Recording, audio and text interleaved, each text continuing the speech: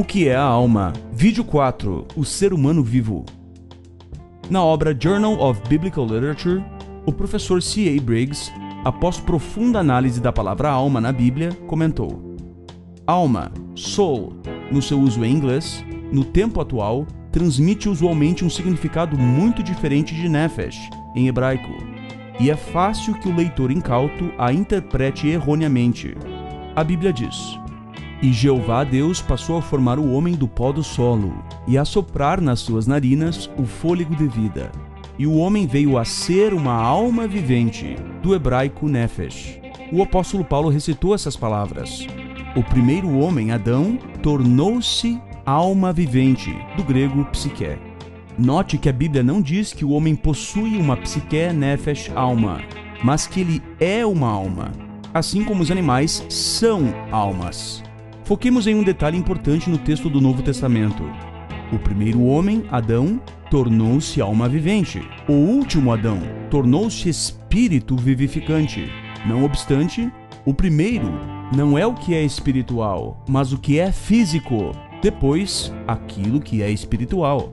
Perceba que o escritor inspirado fez uma antítese entre Adão e o Jesus ressuscitado. O Jesus ressuscitado não é físico, mas um espírito.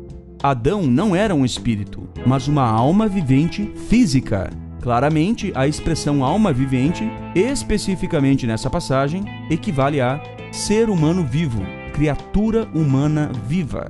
H. M. Orlinsky, da Faculdade União Hebraica e editor-chefe de uma tradução da Torá, feita pela Sociedade Publicadora Judaica da América, declarou: a Bíblia não diz que temos uma alma. Nefesh é a própria pessoa, sua necessidade de alimento, o próprio sangue nas suas veias, seu ser. A obra New Catholic Encyclopedia, em inglês, admite: a alma no Antigo Testamento significa não uma parte do homem, mas o homem inteiro, o homem como ser vivente. Similarmente, no Novo Testamento, significa vida humana, a vida de uma entidade individual, consciente. Então citam-se os textos. Muitas vezes usamos as palavras ser humano e pessoa de forma intercambiável, como se não houvesse diferença de sentido entre elas. Realmente, no uso cotidiano, tais termos não possuem diferença relevante e são usados como se fossem sinônimos muitas vezes. A Bíblia diz: nos dias de Noé, poucas pessoas, isto é, 8 almas, foram levadas a salvo através da água. Perceba que a palavra pessoas, conforme usada pelo apóstolo Pedro, é semanticamente equivalente a seres humanos. Então, no uso cotidiano, não há uma diferença semântica entre pessoa e ser humano. Porém, filosoficamente, há uma importante diferença. Por exemplo, eu sou um ser humano e também sou uma pessoa. Todo ser humano é uma pessoa, porém nem toda pessoa é um ser humano.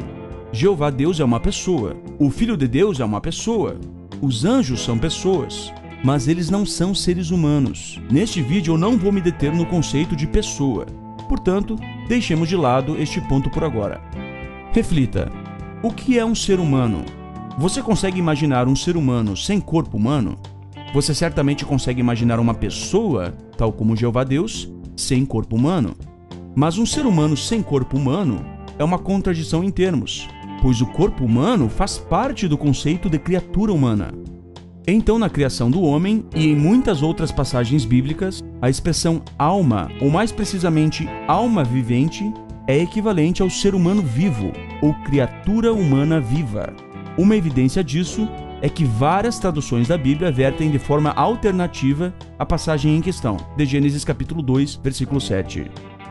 Por exemplo, a Young's Literal Translation e a Lexham English Bible, dentre outras traduções, vertem: o homem se tornou uma criatura vivente.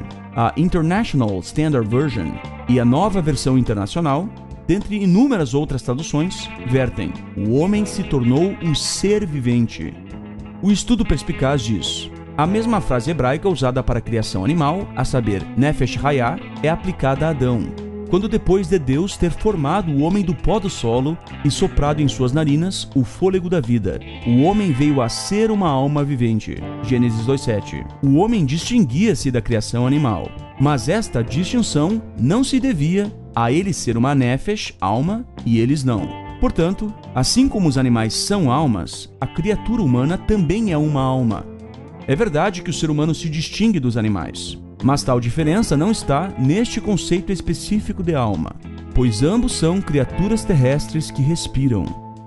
O estudo perspicaz nos diz: o relato de Gênesis mostra que uma alma vivente resulta da combinação do corpo terrestre com o fôlego de vida. A expressão fôlego da força de vida, literalmente fôlego do espírito, ou força ativa, ruá de vida, Gênesis 7:22, indica que é por respirar ar com seu oxigênio que é sustentada a força de vida ou espírito em todas as criaturas, o homem e os animais. A Bíblia diz, com respeito aos filhos da humanidade, eles mesmos são animais, pois há um evento consequente aos filhos da humanidade e um evento consequente com respeito ao animal, e há para eles o mesmo evento consequente. Como morre um, assim morre o outro, e todos eles têm apenas um só espírito, de modo que não há nenhuma superioridade do homem sobre o animal. Muitas pessoas pensam que alma e espírito são termos que possuem conceitos intercambiáveis, mas vemos que isso é falso em Gênesis 2:7 e em Eclesiastes 3:19 e 20. A Bíblia diz que Deus soprou o fôlego da vida, ou o espírito, no corpo humano que estava inanimado até então. A partir disso, aquele corpo ganhou vida, e o resultado disso foi uma alma vivente ou uma criatura humana viva, um ser humano vivo. Então veja que a alma e o espírito claramente não são a mesma coisa. O texto de Eclesiastes diz que o espírito é algo que eu tenho, e Gênesis 2:7 diz que a alma vivente é algo que eu sou. Eu não sou um espírito, eu sou uma alma vivente, ou criatura humana viva. Tanto os seres humanos quanto os animais têm espírito. Tanto os seres humanos vivos quanto os animais vivos são almas viventes, criaturas animadas cuja vida é mantida por meio da energia que o corpo obtém através da respiração e circulação do sangue. Então vemos que no uso cotidiano, a expressão alma vivente, quando em referência ao homem, não era diferente de como era aplicada aos animais. A alma vivente, Nefesh Hayah, para um hebreu, conforme diz o estudo perspicaz, não era nem o corpo nem o espírito, mas resultava da combinação do corpo com o espírito, a saber, um ser humano vivo, uma criatura humana viva. A alma vivente, especificamente quando em referência ao ser humano, é a própria criatura humana, tangível, física, visível, sentindo, amando, querendo. Era isso que um hebreu entendia por alma vivente quando em referência ao homem. Conforme vemos em 1 Coríntios 15:45, esse conceito permaneceu entre os cristãos.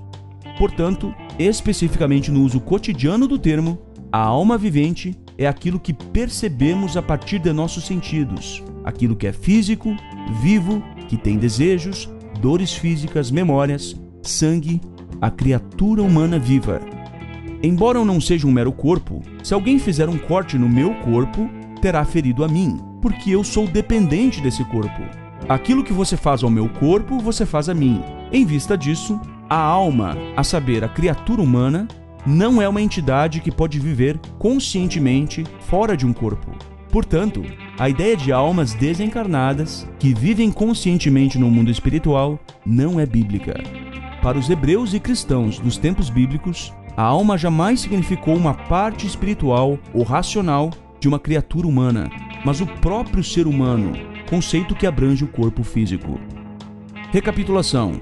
Nesse vídeo vimos um sentido bem simples da palavra alma. Tanto em hebraico como em grego, a alma não era uma parte do ser humano, nem algo que o ser humano tem, mas a própria criatura humana, com ênfase no fato de estar viva, respirando, pensando e sentindo. Na Bíblia, não há nenhuma diferença entre seres humanos e animais em termos como alma vivente e espírito, pois ambos possuem espírito e ambos são almas viventes.